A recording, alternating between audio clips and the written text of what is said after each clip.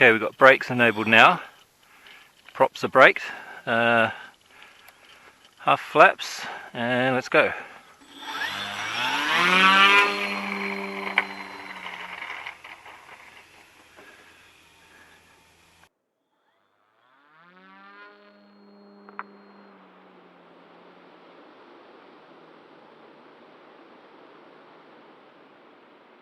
But it's a nice calm morning this morning, so what we're going to do is just a bit of stall testing, and also I want to see how it glides now that the props are braked. Let's bring it down to 40% throttle like we had last time. We were kind of sustaining altitude at 40% throttle.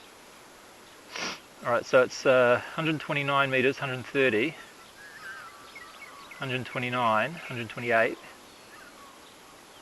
129, alright, 130. Okay, so it's sustaining altitude at 15 amps, that's really good. Just turn around, I think, come back. Actually, let's try return to launch here and see what it does.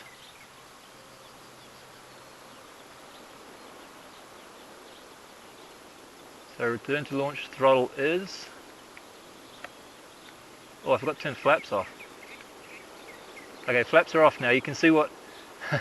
see the return to launch trying to deal with the flaps changing there? It's sort of wobbling a bit still, but it's getting onto level now. So it should be aiming for 120 meters altitude. And it looks like it's also put it at about 40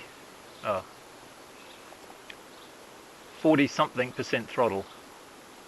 Looks like the airspeed and the ground speed are behaving themselves this time. Last time the airspeed just went berserk for some reason. It was showing like 200 kilometers an hour and stuff like that. Let's see if it can maintain that height properly this time. Last time when it was doing this return to launch circle, it wasn't really doing it very well. 40% throttle, that's nice.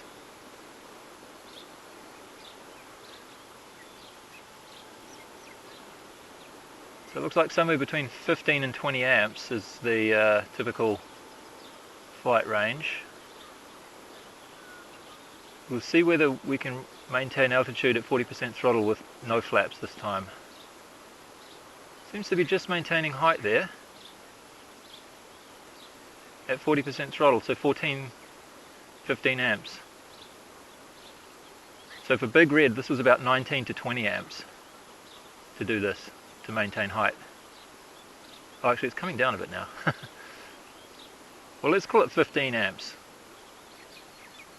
So we're at 100, we're just about to cross 1 kilometer and 100 meters. Let's see what we get. Looks like about a 1 to 10 glide ratio, because we got 50 meters altitude and now we've got 500 meters away. Okay, let's do a little bit of stall testing. I'm going to roll the throttle off to nothing and also pitch back. Right, so it's no throttle, and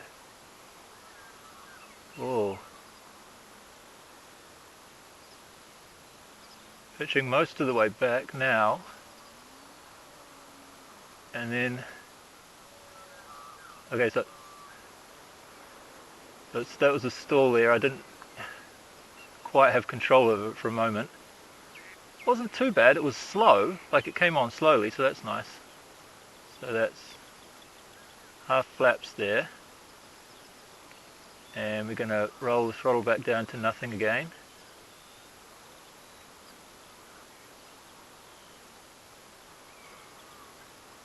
Oh, as soon as the throttle went down, the nose of the plane went down again. Alright, now we've got no throttle and pulling all the way. Whoa. Why is it bouncing like that? Okay, so 30. Hang on, let me just pull it. Come on, give us a proper stall. Okay, all the way back on the pitch now. All the way back, and it doesn't. I can just with a little bit of aileron, I can keep it from like dropping a wing. This is all the way back on the pitch stick here. Yeah. Oh, altitude's getting a bit low though, eh? Okay, well. So that was half flaps. Right, so full flaps.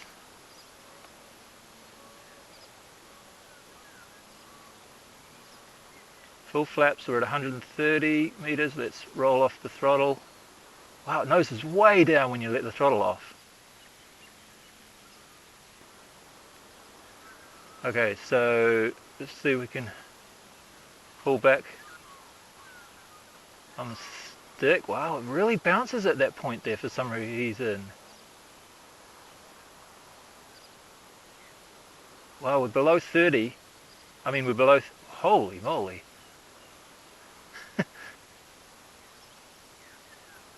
Okay, I haven't quite got all the way back on the pitch stick here, but we're just about there.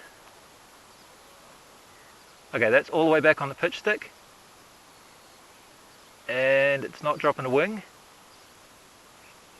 It is getting a bit low though, so yep, all the way back on the pitch stick. Okay, throttle up. Wow. Okay, I'm happy with that. So that was the whole point of having those, what was it? Three factors. There's the wing tip dihedral. There's the washout in the wingtips, and then there's the flaps as well. So we've got three things working to prevent a tip stall, and they seem to be doing a fairly good job.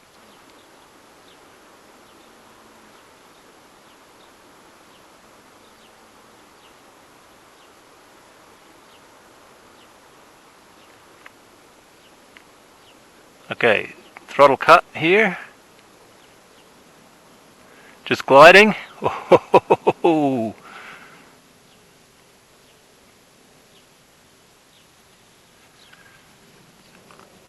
that's beautiful. Yeah, it still comes down a bit quicker than I would have liked, you know?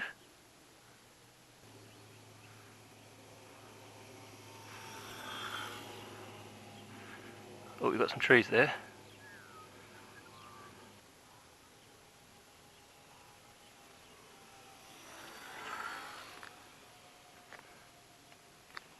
Well, it looks like we got to 30 minutes fairly easily, 14.5 volts. So I'm just trundling around at about 46% throttle at the moment. Seeing how long we can fly for. But we should be losing quite a bit of speed there, and I might try landing in fly-by-wire A this time. Is that wise? Might not be.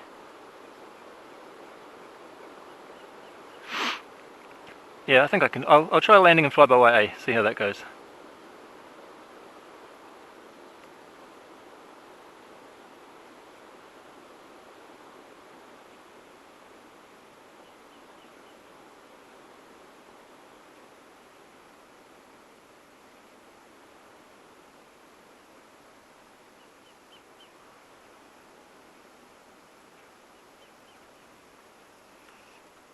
Whoops. Whoops. That was a little bit more, abrupt than I was thinking. Of course, I was going to flare it, but the response when you're fly-by-wire A is just not the same as when manual. Plus, it's again, we're coming uphill here, so it's not the greatest spot to land. But I was going to land down there, but there's a bull over there, and he was groaning and groaning, and I think that's a bad sign. I would have had to stand with my back to him, quite close to him as well. So yeah, I just thought I'd do it here. Anyway, we've got a whole bunch of these sticky seeds on here now, but I don't think we broke anything. So my first payload test is going to be about 2.2 kilos, and for that we're going to use a couple of bags of these wood pellets for your barbecue or something. in a bag of Vogel's mixed grain, and they're just over 1 kilo each, and then this piece here is about 70 grams, so it's 2.2 kilos overall. This is just a piece of cardboard cut into the size of my cargo bay. That's 15 centimeters by 50 centimeters, quite long and thin, isn't it? And we've just got a few pieces of popsicle stick and barbecue skewers and other bits of wood stuck on there just to reinforce it. It's actually quite flimsy. It really only needs to be strong in resisting that kind of movement. So most of what's going to be doing the work is just these these barbecue skewers along the side. And I just put this bit on the end because they're going to be butting up against foam at each end. And without this larger plate along the end, it would have just been the barbecue skewers pressing into the foam, and I think that would have been just a little bit too much force in a small area. So that's going to slide in here like this. And then to stick the bags onto it, I think I'll just wrap some packing tape around it that way, and then also front to back. Should be good enough. Okay, I think that'll be right. Okay, it's next day now, and I've put that 2.2 kilo weight in there. So I measured it just now, and it weighs 9.11 kilos, which means that when we were flying it last time, it was 6.9 kilos. So 6.9 to 9 is a bit of a jump, but I'm pretty confident that it should be able to fly still. That's why I didn't go from 0 to 1 kilo payload. I just went straight to 2. This little swallow would get out of the way.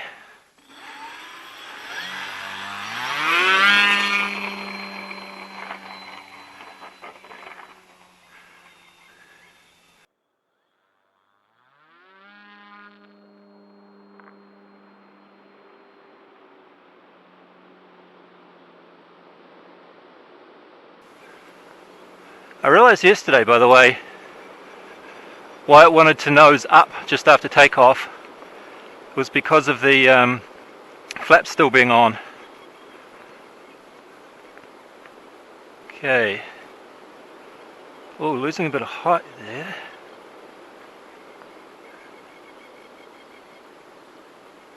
Well, I'm having to pull the pitch back a little bit. This is fly-by-wire A mode. I bet you can't see it, but you will be able to in a second. Hold on.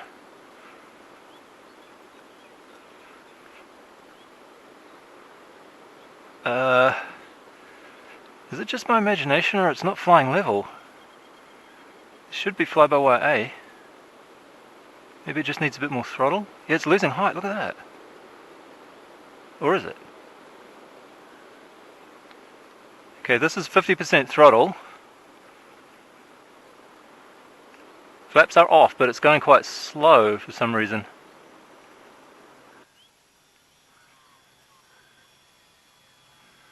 But it's flying.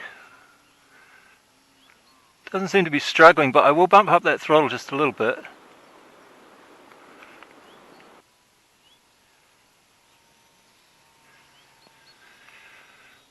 Yeah, so last time it took off at about just before this this line in the concrete, and I think this time it was more like this line. So if we add another kilo, we might be about to here, and that's probably as far as I'm going to be able to take it with this length of runway. So I'll have to find somewhere else. Oh yeah, when I bank, it just really wants to dive. Wow.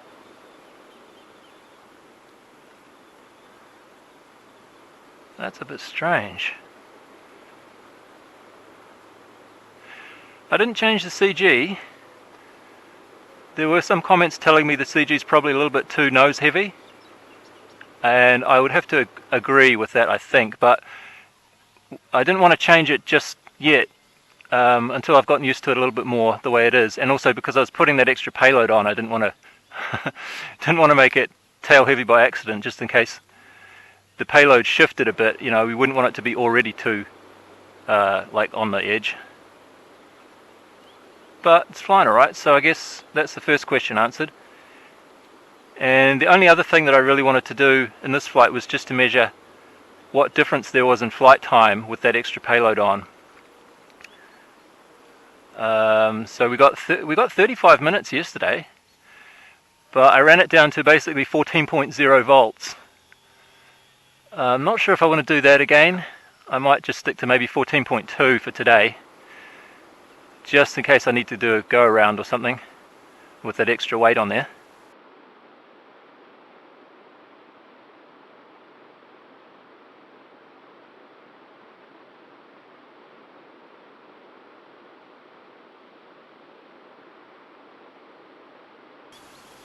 Okay, we're having some strange problems here. If you see the altitude there, it says 248 meters. It's nowhere near that. It's probably more like about 110. And the airspeed is way off. Ground speed is probably not too bad. 75 is more like what I would expect there, yeah. And every now and then the altitude falls down to what I would expect it actually should be. And some of you also commented on my first flight with this plane that the airspeed was going crazy. It was going up to like, after I landed it went up to 270. See, look at the airspeed now. There's something wrong with this build of ArduPilot, I think. But it doesn't happen all the time. So in my first flight that happened, and this flight it's happening, but the one that I did yesterday, it didn't seem to do it. But I think that's only going to be a problem if I try and do a return to launch. Because if it thinks it's at 270 meters altitude right now and it tries to come down to 120, we're going to have problems, right? So let's just hope that I don't need to do an RTL today. Wow, it's really stable though, because there's no wind, and because it weighs 9 kilos now, it's I guess the extra weight helps it stay stable.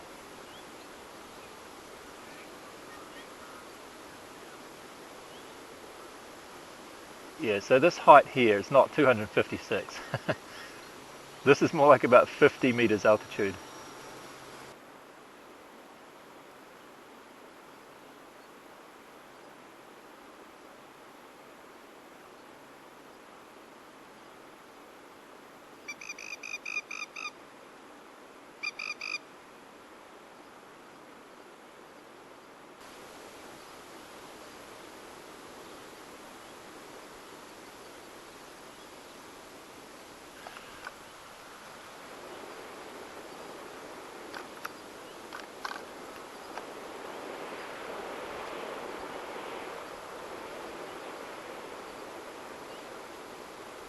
Whoa, okay, look at the... Glad I had manual mode available. What in the world is going on here? Look at the artificial horizon. Holy shit, I just saved that in time. Well, okay, not really. I had plenty of altitude, so probably would have been okay, but I'm stuck with manual mode now, I'm afraid. Holy shit. But this makes it difficult for me to even walk down to the other end of the runway to land it. Let's just see what happens if I do fly-by-wire A here. No, no, no, no. No, thank you. See, the home point is right in front of me at the moment, but look at right at the top middle of the screen, the home arrow marker is pointing all over the place. So hopefully this is just a fault in the GPS. Hopefully it's nothing else, and maybe I shouldn't be blaming ArduPilot so quickly. It can't be just the GPS that's at fault, otherwise I'd be able to fly by wire A still, right? Okay, I finally managed to get to the bottom of the airstrip here. The groaning bull is down there behind me, but he's sitting down and it seems like he can't be bothered getting up. So hopefully he just stays there. And I'm going to take my goggles off now, and I just made it to 25 minutes, 14.1 volts remaining, so I think I'm just going to call it a day there, and we'll settle for 25 minutes. Hopefully this time we'll be okay. Oh, we've got a lot of speed. Let's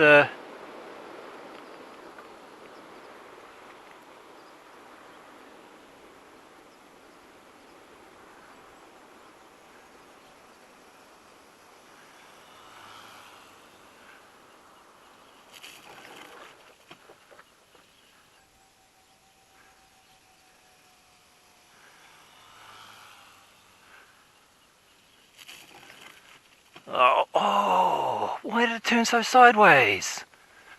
I thought that was going to be a good landing there, but it wasn't really. Oh shit, we've got a bit of a problem. Do you see the problem?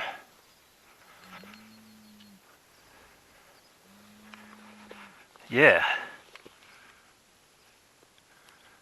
That's not supposed to be like that, is it? So that glue, that epoxy didn't hold up.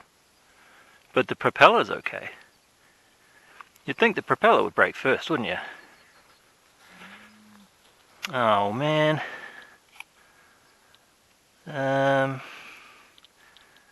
Okay.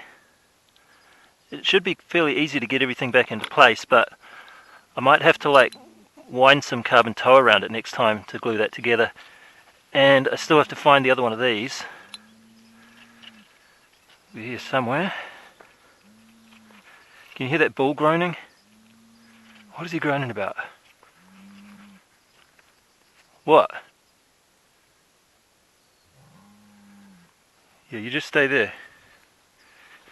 Alright, well it's probably going to be a while before I get this plane in the air again, so I'll just finish this video here.